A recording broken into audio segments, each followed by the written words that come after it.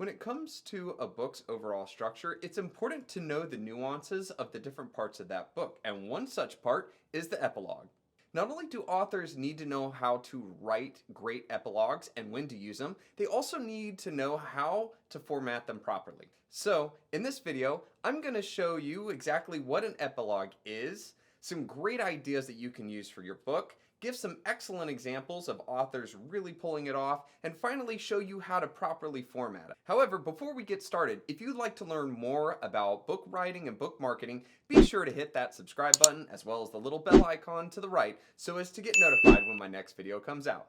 And with that, let's begin. Okay, so to start off, let's go ahead and take a look at exactly what an epilogue is. The definition of an epilogue is a literary device that functions as a supplemental but separate part of the main story. Another way of thinking about it is that the epilogue takes place within the story, typically as a follow-up on an event after the main plot has concluded. Now, many authors can confuse the epilogue with an afterword, but an afterword is more of a reflection of the entire work, or a concluding note from the author written the writer's point of view. An epilogue is part of the narrative and serves as one final chapter. So what exactly then makes a good epilogue? Typically, there are three characteristics that make up a good epilogue. And although it is not mandatory requirement for all books, it can aid in your storytelling and tie up any loose ends that you had throughout the story. The first characteristic is aiding to the development of the characters. If your story is compelling, your readers will be invested in your characters and what happens next with them. They will be itching to read further and want to know how they are doing years later. An epilogue is a great way to give your readers a little life update as well as to what happened to your characters after the main story ended. It is your chance to show how the events of a book impacted them and how they have grown from it. Second is using your epilogue as a highlight reel or summary. Since an epilogue is typically shorter than any of the other chapters, you can use it as a standalone section and give a brief run-through of any themes and lessons your book may have had. Sometimes this could be a character or a different character talking about what happened in place, almost like a different shift. Lastly, hinting towards a sequel.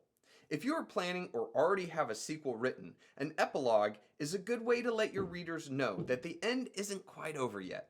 You can make it more indirect or as direct as you want to. However, I would advise not leaving your readers on any major cliffhangers. A cliffhanger makes the reader want to know more and possibly confirm things that your readers were already aware of or saw coming.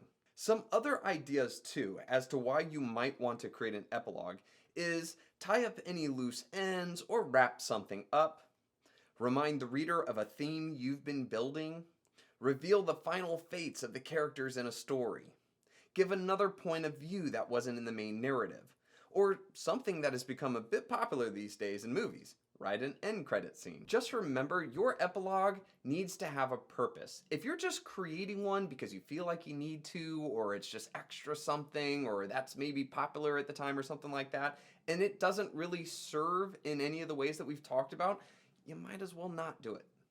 Okay, so now that we've covered that, let's go ahead and look at some prime examples of books where they used an epilogue as a different part of the story, but also to bolster it up. The Forever War by Joe Haldeman.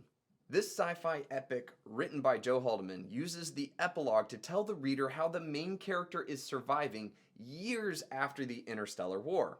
What makes it unique is the author formatted this epilogue as one would read a short passage from the news.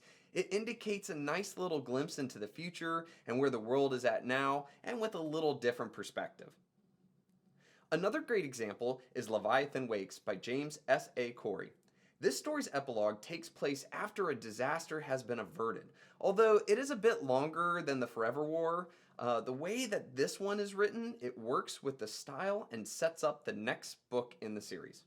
Okay, so now that we've learned what an epilogue is and some ideas on when to use them and some examples of authors using them, let's go ahead and look at how to format them. Typically, epilogues are a part of the back matter of a book when constructing them. However, some authors will move it so as to be a part of the main body of the book. Regardless of which one you do, it's important to title the epilogue as epilogue or make it clear that it isn't a part of the main story. This is so that the reader understands its purpose. Otherwise, it should just be a final chapter. I've seen modern authors make the formatting of the epilogue a bit different than their regular chapter themes, so as to trigger a stronger understanding that this is different than the chapter. However, that is not necessary. Okay, so there you have it. In this video, we've learned exactly what an epilogue is. We've got some examples. We've seen how it's been crafted to add to the story, and we also understand how to properly format them. I hope you've enjoyed this video, and if you, like I said, if you'd like to learn more, hit that subscribe button. I'm Dave Chesson of Kindlepreneur, signing off. Cheers.